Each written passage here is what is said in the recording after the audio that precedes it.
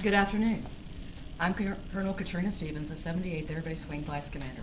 Welcome to our Robins Proud Forum, which will be covering COVID-19 and how it affects Robins Air Force Base. The forum is hosted by Robins Installation Commander, Colonel Brian Moore. With Colonel Moore are the 78th Air Base Wing and Installation Command Chief, Chief Master Sergeant Tim Weiser, and the 78th Medical Group Commander and Robins Public Health Emergency Officer, Colonel Maureen Farrell. Thanks for joining us virtually as we discuss the latest developments with COVID-19 and what that means for our people, their families, and our mission. We will open up the forum with comments from Colonel Moore, Chief Weiser, and from Colonel Farrell. After that, we will address questions we received from our installation's Facebook page as well as by email. Time permitting, we will try to get to your questions presented during this forum. If we do not have time to address your questions, we will continue to work to get the answers to you via Facebook and our webpage at www.robins.af.mil/coronavirus. With that, Colonel Moore, the floor is yours. Okay, ladies and gentlemen, thanks for joining us today for this Robins Proud Forum. We want to first thank you. Thank you for your service. Thank you for taking care of each other, and thank you for taking care of your families. Team Robins will get through this together. Really important for us to understand the objective here, and that is to understand the impacts to our base from this coronavirus COVID-19. We've got some great experts assembled here. First, let me just say, and we need to continue to come back to this regularly, that there are two priorities, and those priorities are: one, to take care of our people and their families. Team Robins Airmen with a big A and the members of this base, whether it's active duty, guard, reserve, civilian airmen, or their families. And the next primary priority, which we need to continue to center on and focus on, is taking care of the mission. And we'll need to continue to go back to that. We have 54 mission partners on this base. And our job is to make sure that we can sustain the industrial base through these trying times, as well as take care of the success of those mission partners so that they can effectively and efficiently get through their operational requirements. And then we always need to continue to be ready to deploy airmen at a moment's notice. We need to be fit to fight. We need to be mentally, socially, physically, and spiritually ready to do that and deploy when needed. To do that, we have a series of measures that your base leadership has been coordinating closely on. And I'll ask Colonel Farrell in a little bit to describe health protection conditions. We are currently in health protection condition alpha. However, directly after this, because of a confirmed case in Houston County of COVID-19 and the mitigation that's required based on the cases further out in the state, we're going to go to health protection condition Bravo. Now let me caveat that with saying we are already implementing the health protection condition Bravo measures. What we're doing right now is making sure that everybody understands what that is and what we can do to make sure we're taking care of each other. Let me just say that it's not just the leadership on Robins Air Force Base that's interested in this. We ask for every single member of Robins Air Force Base to be ultra focused on those conditions. Anything from washing hands, social distancing, limiting gatherings, and being rigid about following the guidance from CDC Center for Disaster Control coming out of Atlanta. We must continue to sustain the industrial base. We must continue to protect our people, and we must continue to be able to deploy.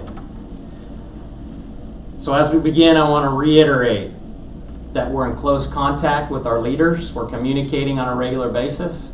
We're also in very close contact with our community leaders, and we understand that together we're better.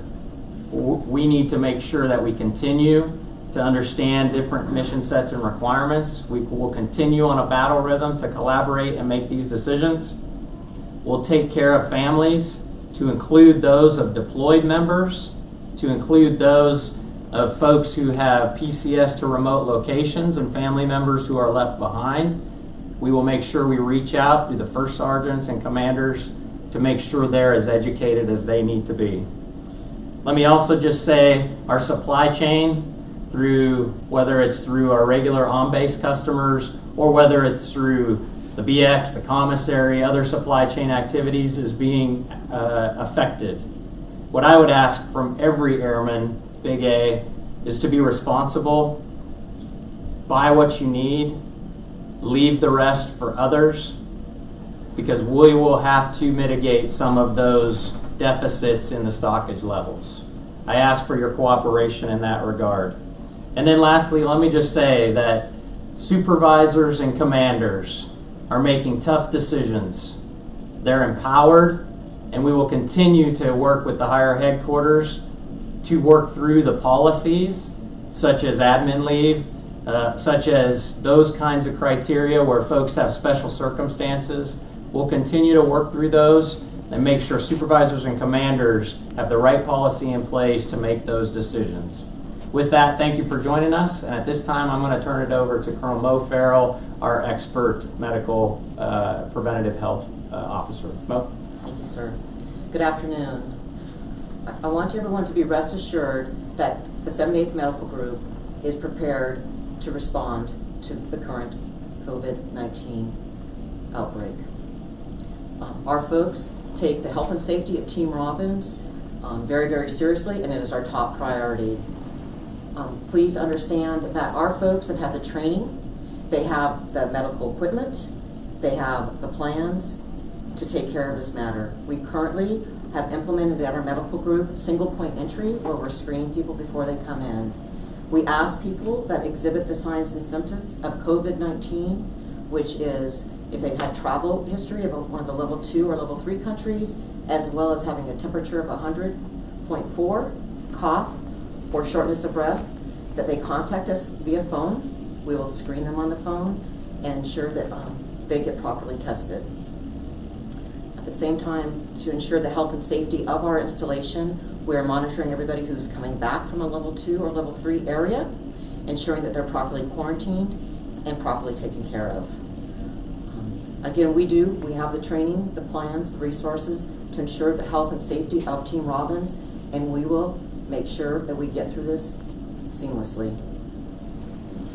Thanks. All right, this time I'd like to introduce the Command Chief, Chief Tim Weezer. Chief? Thank you, sir. Appreciate it. First off, I want to echo the commander's words. Thank you for taking care of your airmen.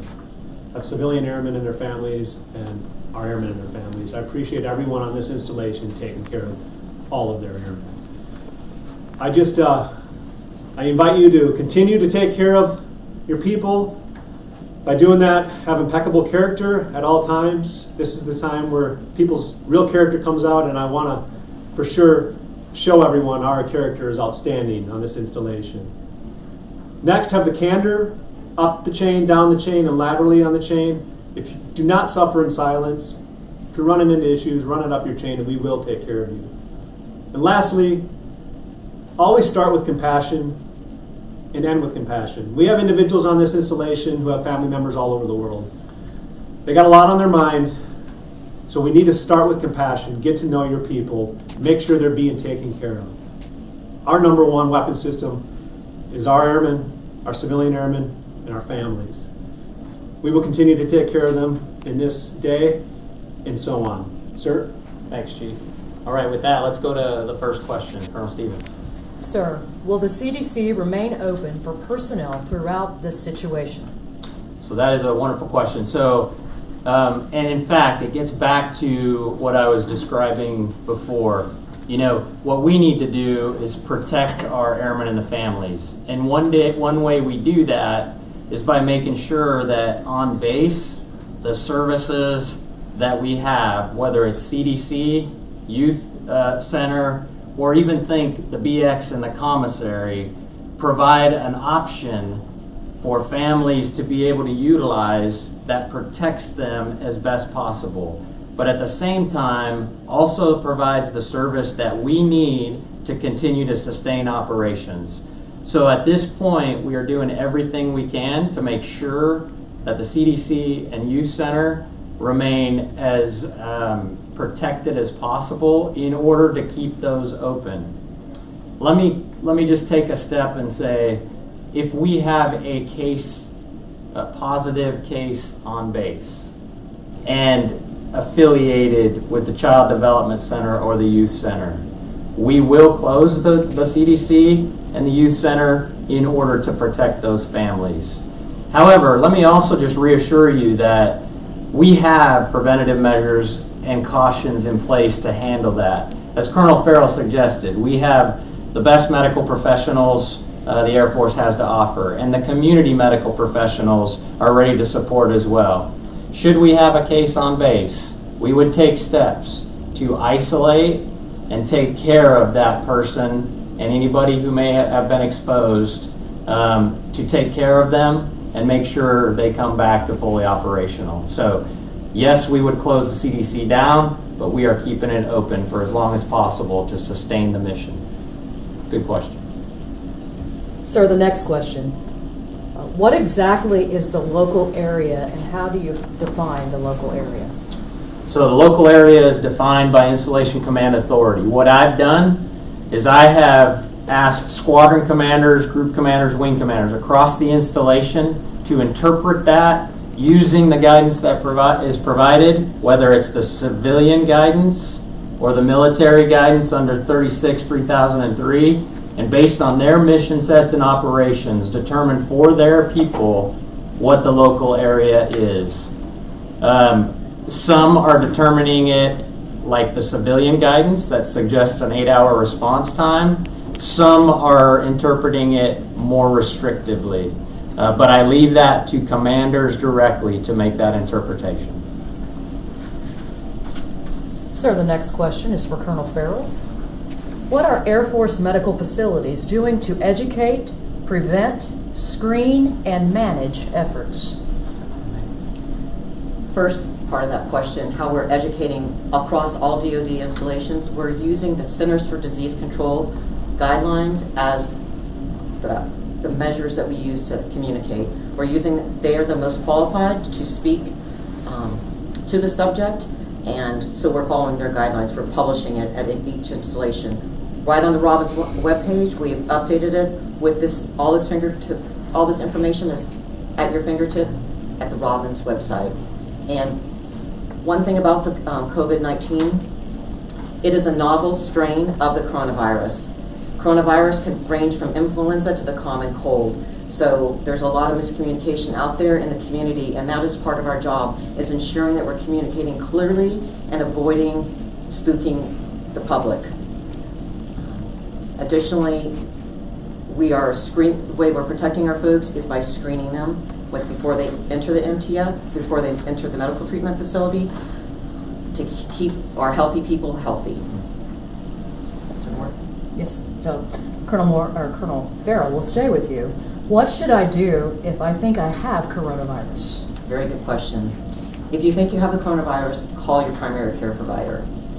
They will go through the triage with you on the phone to understand, so they know whether you have the signs and symptoms and whether you need to come in to be tested. One thing about being tested is the test kits are very limited, so we're very judicious about who we implement the test kits to. The other things that you can do if you think they have the coronavirus is stay away from others, wear a mask, and if you clean all contact surfaces, it's as simple as treating yourself if you have the common cold or the flu. Thank you, Colonel Farrell.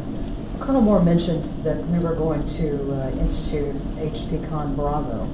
If you could you please provide some information and identify what that means, what that translates to? Well, we've already implemented, as Colonel Moore said, all of the implementation steps for HPCon Bravo. They include social distancing, limiting mass gatherings, avoiding hand-to-hand contact, so we're no longer shaking hands, we're doing fist bumps. So we've been implementing these protection measures since we were in Alpha. Thank you, Colonel Farrell. We appreciate that. Sir, I'll let you address this if you want, or you can defer to your panel. Does the DoD domestic travel ban apply to government civilians and families who are taking personal leave? Actually, I'm going to go ahead and defer to Ms. Calhoun, who knows this the best. So, ma'am, can you answer that? So, ma'am, would you repeat that again? I will gladly repeat the question. Does the DoD domestic travel ban apply to government civilians and families who are taking personal leave? So, ma'am, I will actually have to get back for sure on that one. So let me read the guidance a little further to make sure that we are talking about domestic and not just those that are actually working for the government, okay? Great. So we'll get an answer back on that. However, I can say that anybody traveling outside of the local area needs to pay very close attention to the risk areas, particularly as the cases begin to climb. Please pay attention to those areas that you're traveling to. Of course, for military, local area applies. For civilians, I think there's some interpretation we owe you, but please pay attention to those areas. And then there's a few states within the country that are also becoming level 2, level 3 areas. So please pay attention to that. So along those same lines, the question is, why are we not getting administrative leave since this is a national state of emergency? Yeah, great question. So that gets back to the policy that's currently under review. What I will tell you is, there's question about quarantine.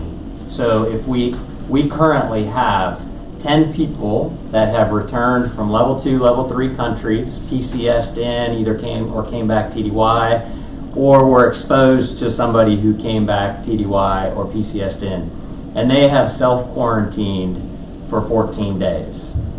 If they're not telework eligible, for whatever reason, they don't have the equipment, they can't get the connection, they will be in a form of leave. Now, we're working through that process with higher headquarters.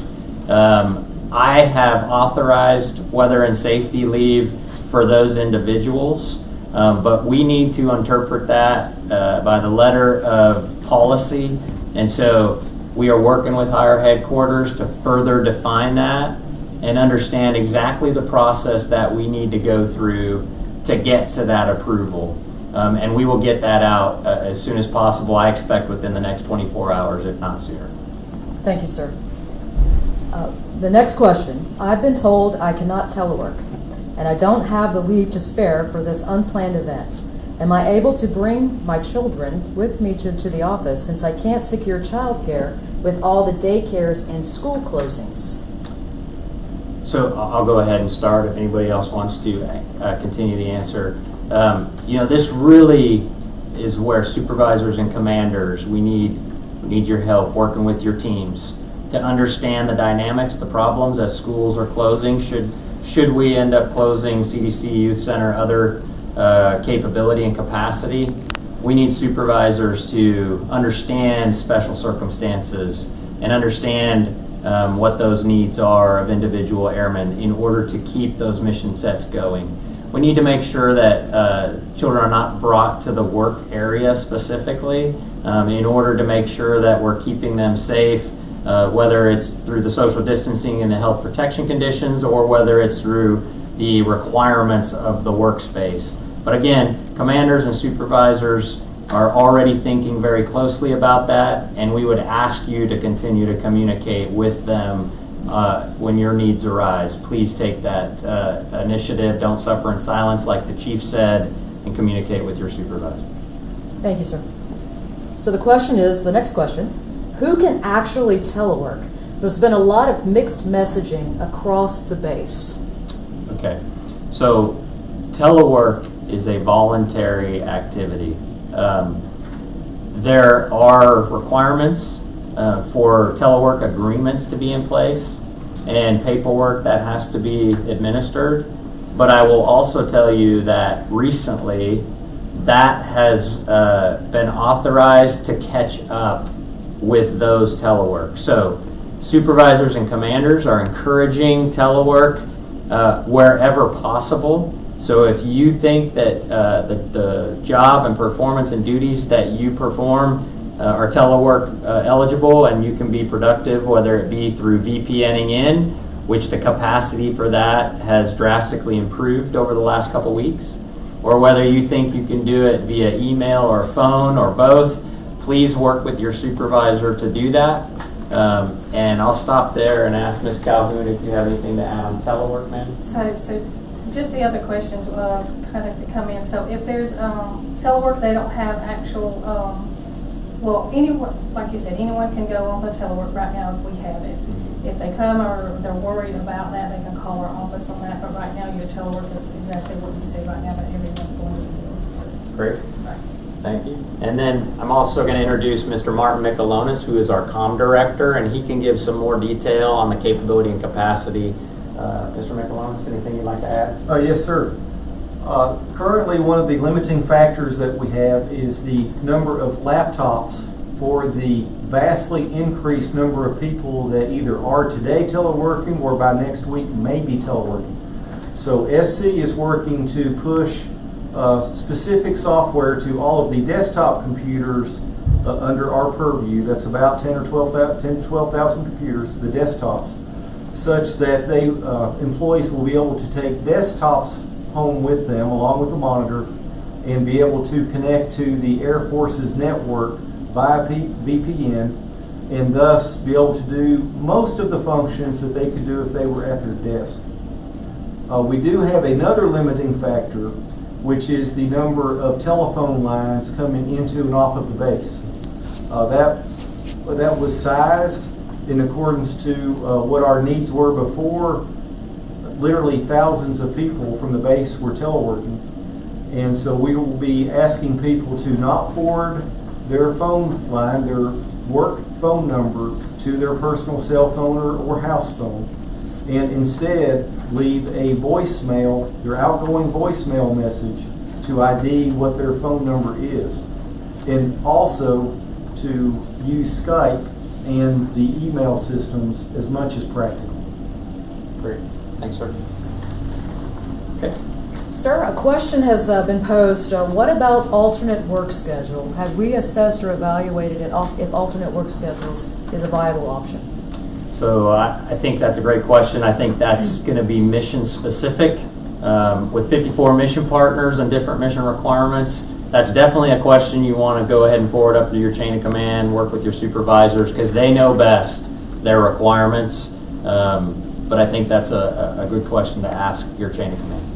So, sir, for you or the chief, either one, is the Air Force going to cancel or delay any TDY missions, leaves, or PCS moves? Chief, you want to start? Well, for basic military training and technical training, that is going to be business as normal. We actually have about 20 airmen come into our installation the next 2 weeks from tech school, and they will get trained up. As for regular PCSs, some of those are on hold.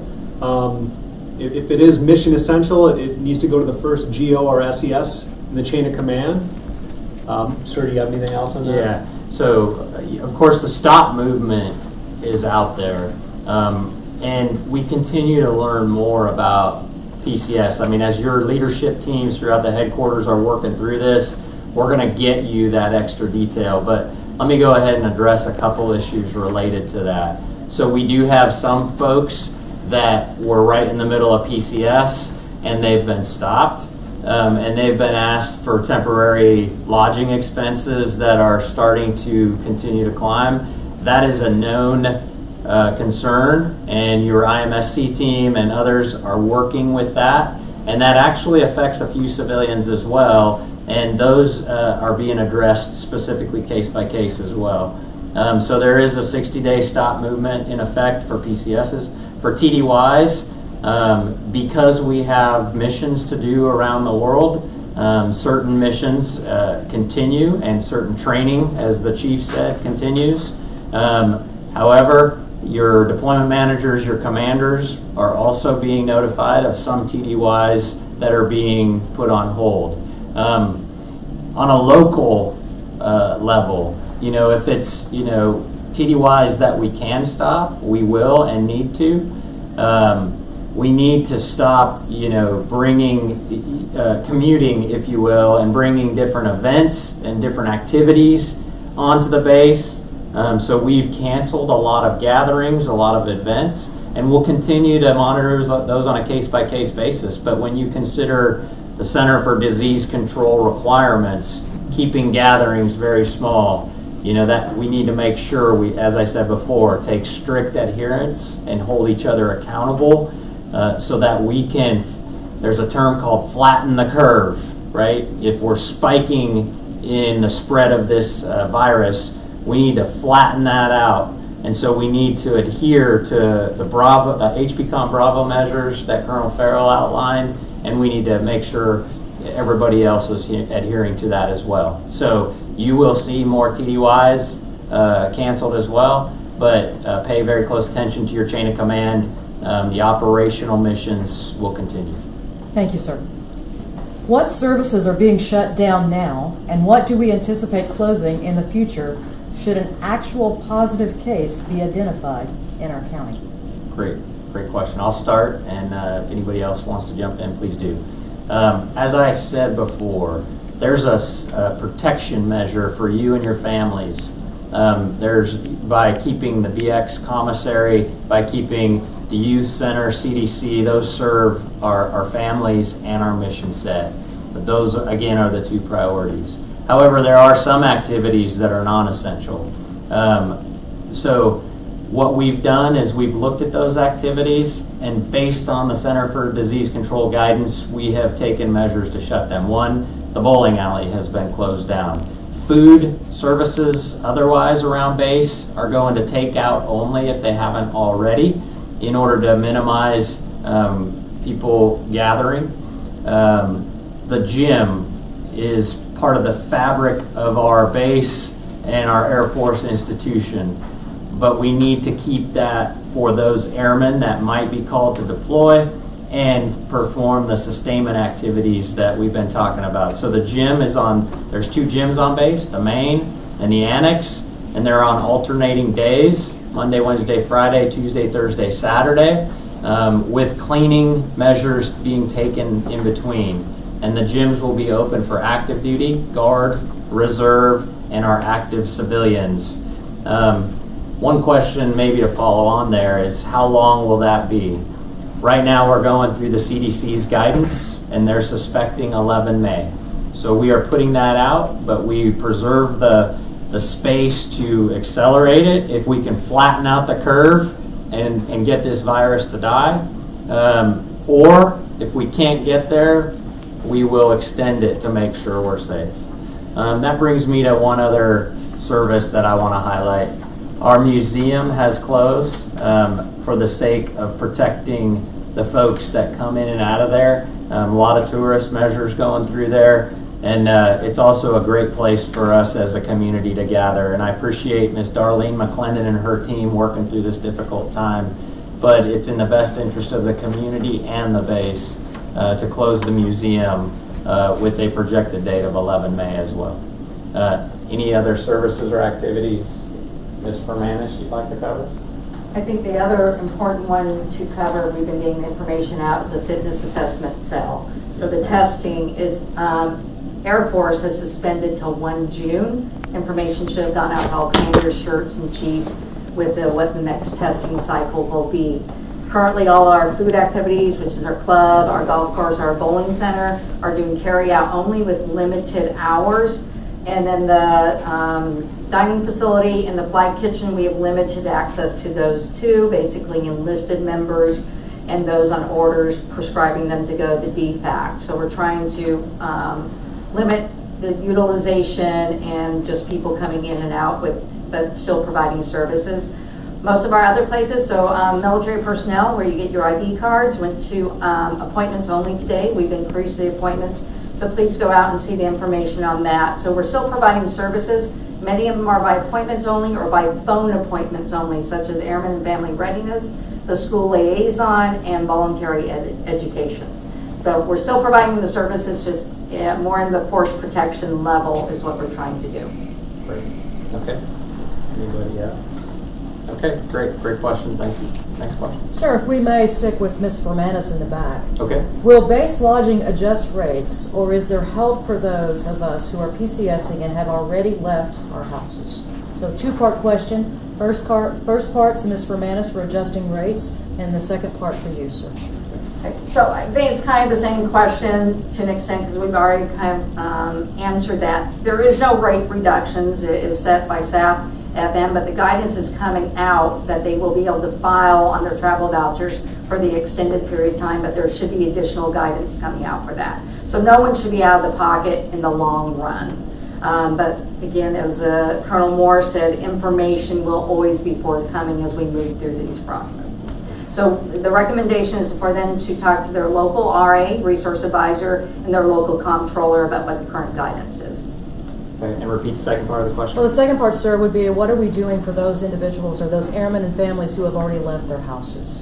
Okay, so great question. What we need to do is make sure we understand where they're at in the process, right? And we can bring them back. We've been authorized to bring them back, okay? And as they're moving, we need to make sure that they understand where they're at in the stop movement part of the process. So again, there is one addition to that is there is a new set of guidance out for those PCSing to CONUS 2 countries. And we'll get that out, but I advise all commanders to look for that guidance. Some of them will be allowed to move, but the general guidance is if you are in the middle of your PCS or in the middle of your movement, stop, return to the station. Thank you, sir. For the panel, how can we follow CDC guidelines when buildings are running out of soap and hand sanitizer or people are taking them from our work areas? Mo, you want to answer the first part? So how we can protect ourselves in the work center is following those proper techniques. Hand washing with soap and water, using hand sanitizer if you don't have soap and water available, wiping down all contact surfaces. And unfortunately, if folks are, these items are disappearing in the work center, then at the local level, that commander or supervisor needs to be supplying those items to the unit and ensuring that they're holding the folks accountable and making sure that this stealing of critical items is not happening in the work center. Chief, you want to address any of the... Okay. For that, sir, just, let's all live by our core values and do the right thing in that and have the character. If we see someone doing that, confront them, tell them that's not right, and then obviously bring it up your chain of command to take care of our character. Sure. And then I'll just end that question with what Chief and I talk about a lot, and that is transparency, accountability, and respect. One, we need to be transparent with each other, and that means sometimes calling it out like it is. If people are pushing the bubble on, those kinds of behaviors, we need to be transparent with them because every airman counts, and we need to hold each other accountable. And then we need to think of our actions in terms of, are we being respectful to everyone else? So I agree with the Chief, character matters. Thank you, sir. And the panel. Colonel Farrell, how will spouses and children be handled if they live on base and have TRICARE Select? I will have to get back with you on that question. I'll get that question answered through my TRICARE office. Excellent. Thank you, ma'am. Appreciate that. At what point, sir, I guess I'll direct this at you. Okay. At what point will the commissary restrict and put limits on quantities purchased? So I've already been working with Mr. Bierling and the team, and they've already restricted that for individual buys for certain commodities. As they continue to weigh the supply-demand rate for those commodities, they will continue to restrict based on their resupply capabilities. That's true for the BX as well. And then, of course, from an installation perspective, I will be communicating with them to help advise. So certainly that communication from you to your supervisor to your commander to me through our daily communications over to the BX and the commissary is vital. So, but there are those measures in place already. Yes, sir, thank you. What about military members and units either deploying to regions affected by the virus or returning from regions where the virus is present? Great question. So working with our operational commanders or the commanders who receive individual taskings where those folks continue to, because for operational reasons, go TDY, we certainly have the measures in place on this side to make sure they're protected and virus-free going out the door. And then for those coming back, the same precautions and health protection condition measures are in place as they're coming back. So if they're in a level 2 or level 3 country, that self-quarantine activity will be administered as they come back. And then, of course, the same health protection condition requirements exist for all of us to include those coming to or from those countries. So we'll use those and stick by them. Yes, sir. For Mr. Michalonis, what if you are not issued the equipment to telework? Are you required to buy a computer to telework, including wage-grade employees?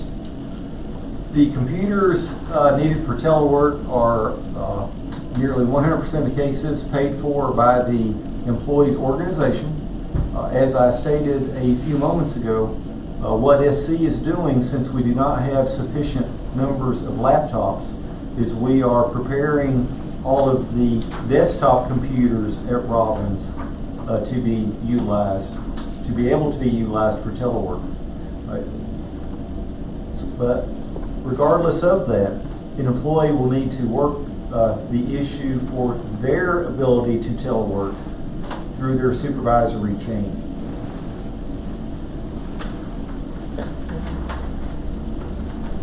Sir, I'll begin with you, obviously, if you want to open this question up to the rest of the panel. Specifically, the question is, what are we doing about personnel who are at risk, or even more specifically, personnel who have been identified at high risk? Yeah. So the Center for Disease Control clearly identifies those. This gets back to the concern we have to make sure we're making the right decisions. We definitely want you to elevate if you are one of high risk for pre-existing medical conditions or age group as identified by the CDC or other factors. We want you to pay attention to those guidelines that are out there, and please be sure to elevate that through your chain of command. As I said before, you know, how we execute, whether on the admin leave category, you know, weather and safety leave, we should be able to define that here shortly as we get a little bit more guidance back from headquarters. But first, we need to know who's in that high risk category, because back to how do we protect our force? Well, we need to start with the high risk, and that at minimum that starts with pre-existing conditions and those over 60 years of age with those same conditions. And I'll give Colonel Farrell an opportunity to jump in if desired. Sir, you were spot on. Those are the folks you identified are the high-risk people, and it all comes down to knowing your people and understanding their needs and the status of their health. And when they, if you understand their health, then you can take care and address these needs on a case-by-case basis. But protecting those folks that are the highest risk category is paramount. Good. Sir, the next question, I believe we're going to direct this to Ms. Fermanis. Why are computer classes not being canceled? So what we're doing is just following the guidance, and we've limited most of our classes down to 10 to 12 people with the social distancing. We're cleaning the rooms in between use. So we're following, again, what the health protection measures are. Anyone has an option to work with their supervisor to withdraw themselves from any class at any time, too, if they feel as though it's necessary due to their health concerns. So I'd like to add on to that. That's a great answer. And I think it also gets down to our priorities. You know, our priorities as an installation our priorities as commanders working together. And I will tell you, you've probably seen out there our Pride campaign, people, readiness, innovation, drive, and excellence. When I talk pride, it actually means something. It's not just a catchy phrase. People and those priorities at the forefront is what we're talking about. And when we talk about training and computer classes, when the chief and I were looking at this, we understand to continue operations, to continue our sustainment activities, to continue our deployment, we have to train. That's why Big Air Force is continuing with the pipeline and tech schools. We have to train to be able to do our mission. So I applaud Ms. Bermanis and the team to be creative and find new ways to still live within the guidelines of this and yet balance that mission accomplishment. When we talk people, training, mentoring, first line supervisors are critical in this case, as we've been discussing, for communication and understanding unique circumstances, and then families, taking care of the families and helping everybody through this. That's how we take care of people. So thank you for taking that extra step on training, and I encourage all of us to look at our training very carefully. So this is a great segue into the next question. Could you please explain the difference between a gathering and work areas? I'll start and then I'll let the team jump in. So right now, the way we are defining that, a gathering is within a room. Okay, now that is installation commander interpretation. I have not heard, unless Colonel Farrell has, that the CDC has defined that any further. No, I have not seen anything. Okay. So when we look at that, keep in mind the 6 feet social distancing. You know, how do we meet the intent to make sure we're keeping people safe? I would encourage you to look at the room you're in, the space you're in. In the factory, for example, you know, there's a lot more room in those factories, but pay attention to the social spacing that you're working within. You know, factory floors are much, much larger, so that, in my view, doesn't constitute one room. It's equally as much about how you're interacting with each other, so just keep that in mind. Colonel Farrell, anything else you want to add on that? Okay. Okay, great. Ms. Bermanis, for you, ma'am? Will lodging be accepting new reservations at this time? Yes, lodging is still operational. We have been provided guidance on how to put in the extra measures for cleaning in between and keeping our staff safe, and we're following all those measures until we get further guidance from Air Force that might impact lodging. But currently, yes, we have rooms available. So it goes back to the PCS question. If people come back and they have no housing, we of course have all our TLF units, and PCS order people have priorities to all those units first. Sir, there's a couple more questions, and then we'll provide some closing comments. So the next question, what should Flightline workers expect in the coming weeks as things evolve? So Flightline constitutes multiple different organizations, whether it be the Air Logistics Complex and the Flightline there, or the 461st, 116th, and the Flightline that they're operating in. Each of those commanders of those organizations, and there's others as well, are looking at their specific mission sets in relation to the health protection condition requirements and what they need to do to keep you safe. Back to those 2 priorities, keep you safe as well as your families, and then keep the mission operating based on our Air Force requirements. So what can you expect? You can expect some slight adjustment based on if and when we get cases, how we administer the isolation and the care for those folks, how that impacts their specific work capability and capacity. But that's why squadron commanders and directors and supervisors have to over-communicate and make sure that we understand both the need for the people and the need for the mission.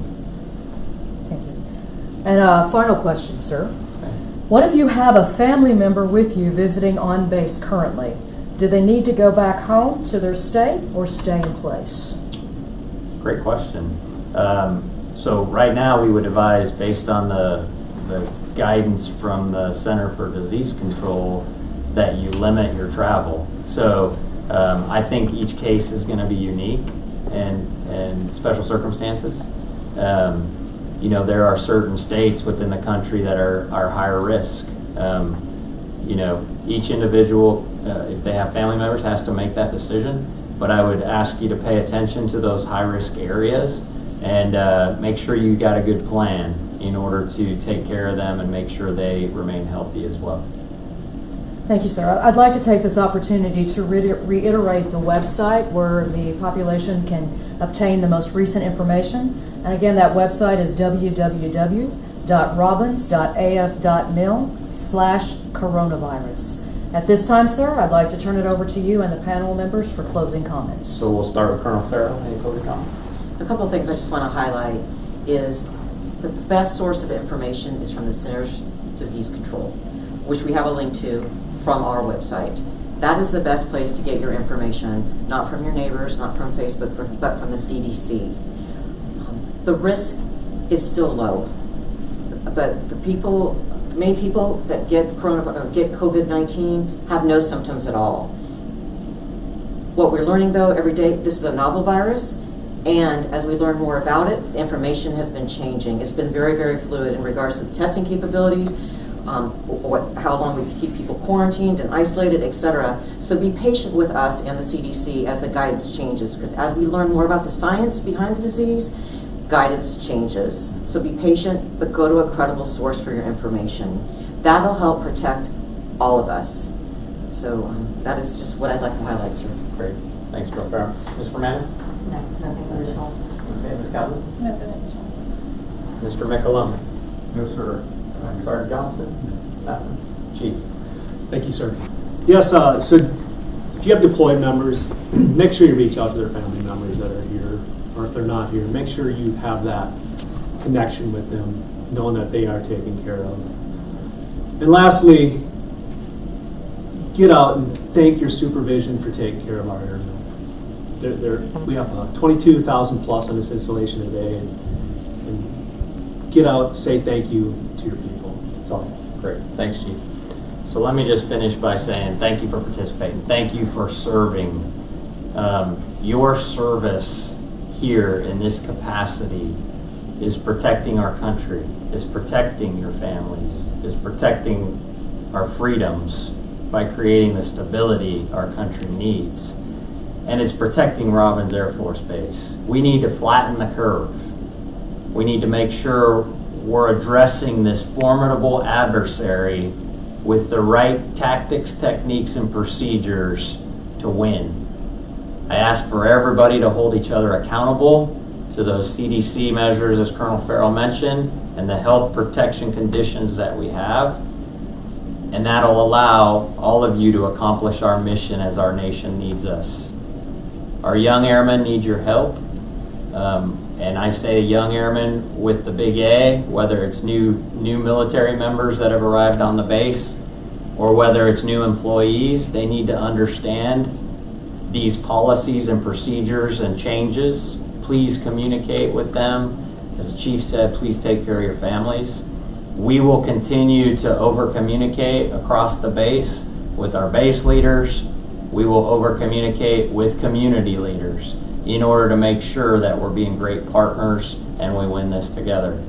I anticipate that we will do another town hall meeting, because this is a quickly changing dynamic, within 3 to 7 days, depending.